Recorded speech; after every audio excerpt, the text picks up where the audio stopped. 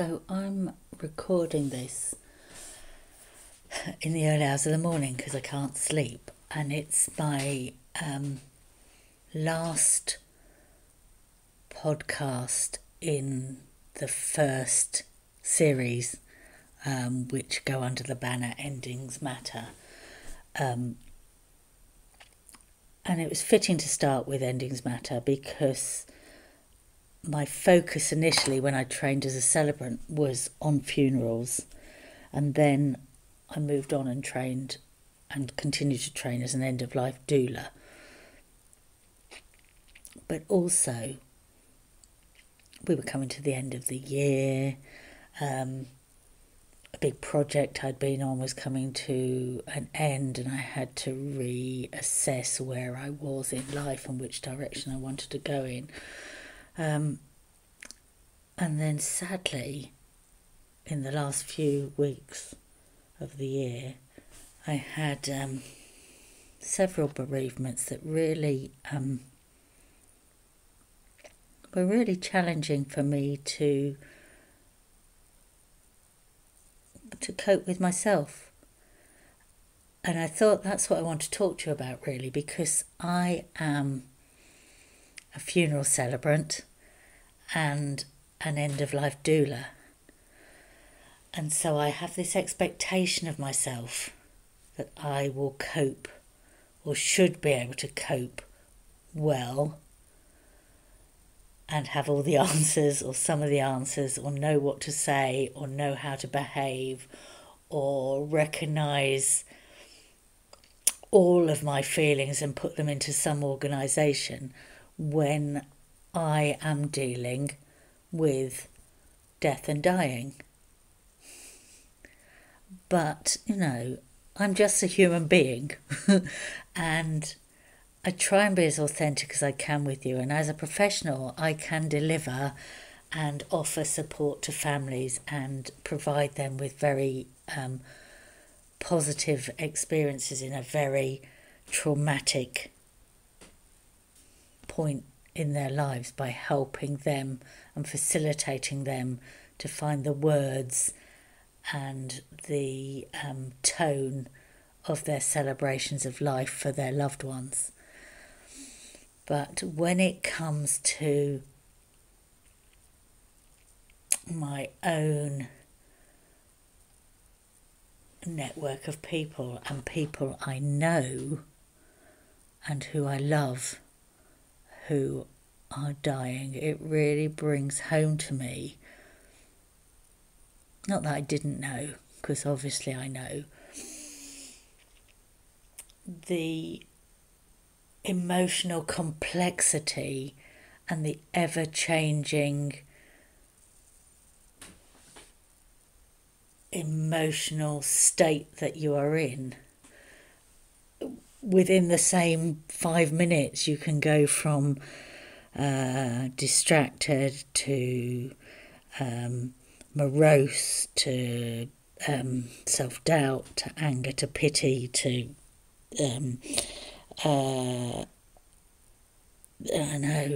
resolve, I guess, to resignation and back to grief again. And it's a complicated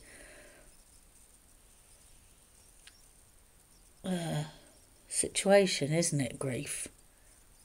It's really weird me saying that, because here I am, I've trained as a funeral celebrant, I've trained as an end-of-life doula, I spend a lot of time reflecting on situations and how I have reacted within them, how I've responded to them, how they've made me feel, how I have decompressed and debriefed with them, and keeping those journals and doing that self-reflection, because it's all very much part of my training. And then here I am at the moment, having lost a couple of good friends this year and this month even, and become good friends, I hope, with someone else who has lost someone very close to them. And I find myself at a bit of a loss. I feel, what's the word? Embarrassed, uncomfortable, inadequate. I feel inadequate because I feel like for particularly this very last loss of the year, I feel like I should have more answers and solutions. And I'm not the celebrant at the funeral, and to be honest, I am a little bit relieved because I would have done it, and I would have gladly done it, and I would have made sure I did, a wonderful job on behalf of the family, but it would have been a really hard one to let go of or to come to terms with afterwards. And I still will do it if the family change their mind and say they did, could I? Because the person they've got isn't what they want or isn't what they thought, then I could. But I'm kind of glad I'm going to be sat on the friends side of the crematorium. But I feel like I should have more of the answers, so I feel like it's made me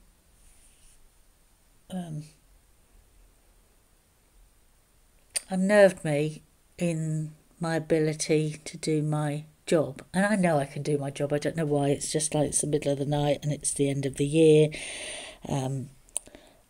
And I want to be more supportive of my friend, and I don't have the time because I have a job and I have several jobs, and I can't be where I want to be all the times I want to be. And sometimes I feel like I'm being too much. Often I feel I'm not being enough. I worry that I'm being all the things that I always say to families when they say, why are my friends avoiding me, or why are my friends being so annoying, or why am I'm really disappointed that so-and-so hasn't said this, and I'm really fed up of everybody asking me that, and I feel like I'm doing all the wrong things for my friend who is grieving.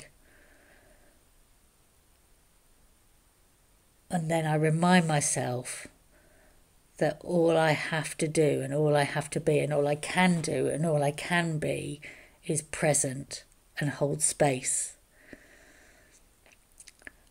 And it's not about me at all. I'm not even beginning to suggest or think that it is about me. But I have to accept that I cannot be the answer to everything. And that is why we rely so heavily on our own community of friends and family with grief, because in different moments of different days we need different things from different types of people. And someone who, like me, who should have the answer or has a professional knowledge or some background, could appear quite intimidating or a bit too detached or a bit too much of a know-it-all, or just not be the right personality for that moment. And that is okay. I just need to stop worrying so much about it.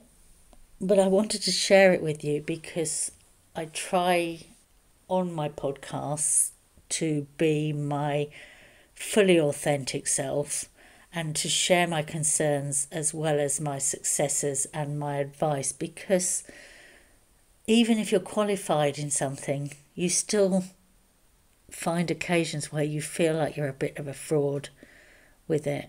And I really believe that that's normal and that's okay. So, that's where I'm at the moment.